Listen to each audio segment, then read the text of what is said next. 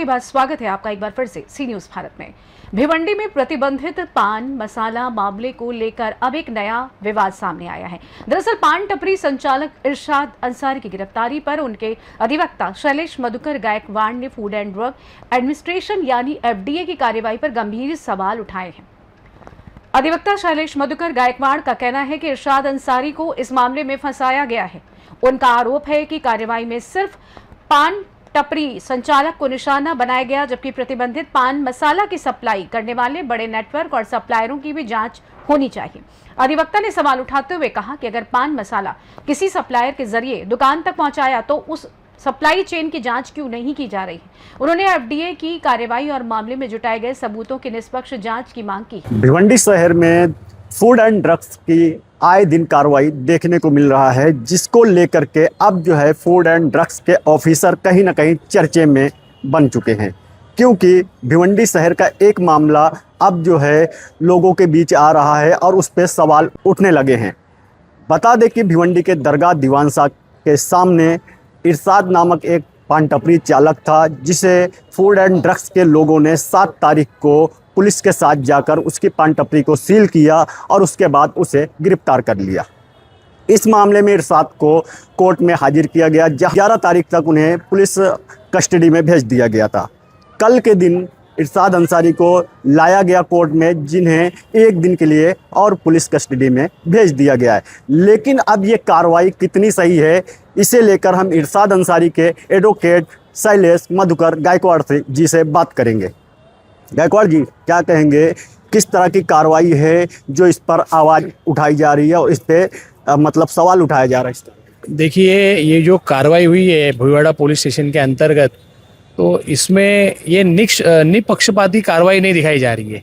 इसमें जो बड़े बड़े गोडाउन्स है, जो बड़ी बड़ी कंपनियां हैं, विमल जैसी, मानिकचंद जैसी, जो भी मतलब सुगंधित पदार्थ बनाने के जो ठेका लेते हैं, जो बड़े बड़े कंटेनर से शहर के अंदर माल आता है, हमारा ये बोलना है कि ये छोटे छोटे व्यापारियों को परेशान करके, ठेले वाले को, जो फेरी वाले हैं उनको, जो टपरी चालक है उनको हैरान परेशान करने के बजाय अगर आप जहाँ से जड़ है वो जड़ ही ख़त्म कर देंगे, उनके ऊपर बैन लगा देंगे, उनको सील कर देंगे, तो ये छोटे छोटे व्यापारियों का कुछ लेना देना नहीं रहेगा। अच्छा, वहाँ से माल आता है कंटेनर के हिसाब से आता है, गोडाउन में इधर सीज होता है माल, ये करते हैं, सर्च करते हैं, तो उसके बाद में ये लोग छोटा छोटा जो व्यापारी है, वो जो रिटेलर्स रहते हैं, दुकानदार रहते हैं, उनके पास से लेके जाते हैं।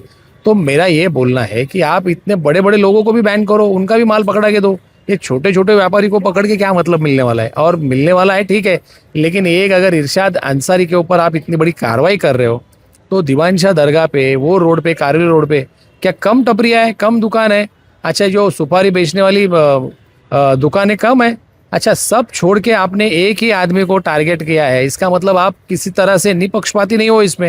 इसमें आपके ऊपर भी सवाल उठाया जा रहा है कि आपको सिर्फ दीवानशाह दरगाह के सामने इरशाद इलियास अंसारी की पान टपरी दिखी, बाकी दुकान दिखे नहीं, बाकी गोडाउन दिखे नहीं, बाकी जो कंटेनर से माल आया वो दिखा नहीं, जो कंपनियां माल डिस्ट्रीब्यूट कर रही है, बेच रही है, जो होलसेलर है वो दिखे नहीं आपको।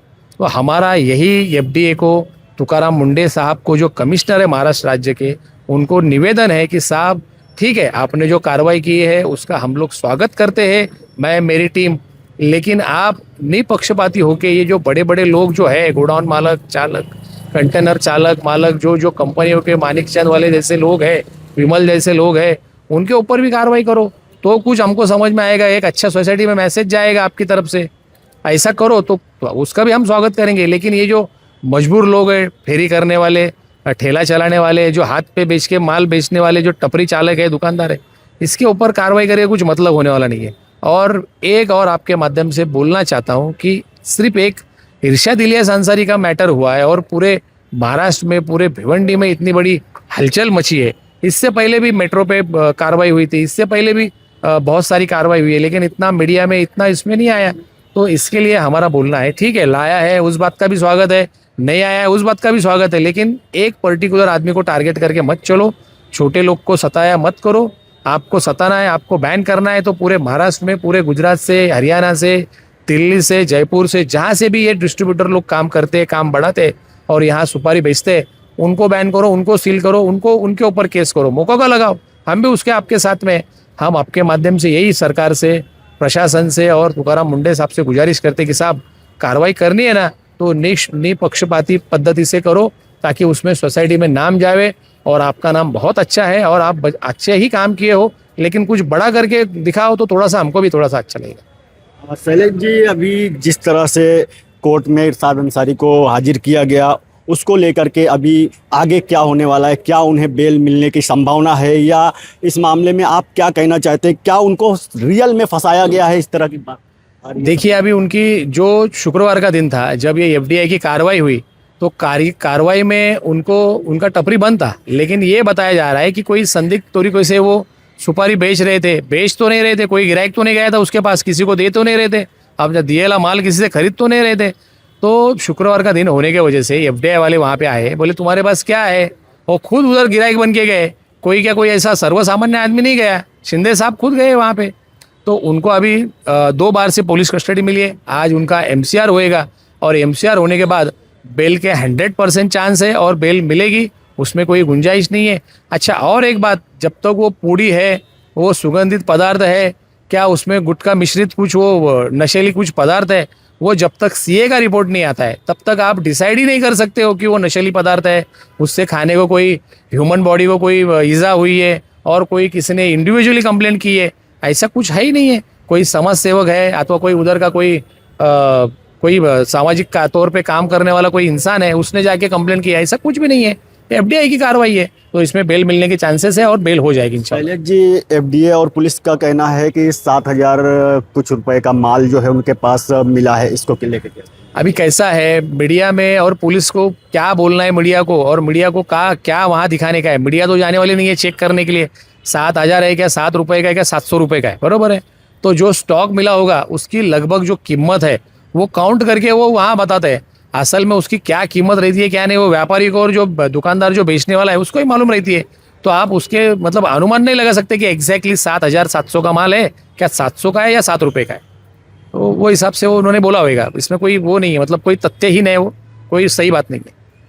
तो ये थे शैलेश मधुकर गायकवाड़ जी, जो भिवंडी की कोर्ट में अपनी पूरी टीम के साथ काम करते हैं और उन लोगों के केस को हैंडल करते हैं जो गरीब लोग होते हैं, जिनके पास कोई आस नहीं होता। ऐसे लोगों का केस जो है वो लेते हैं और उसे जो है पूरी ताकत से लड़ते हैं और उन्हें बेल दिलाने के लिए कोर्ट में खड़े रहते हैं।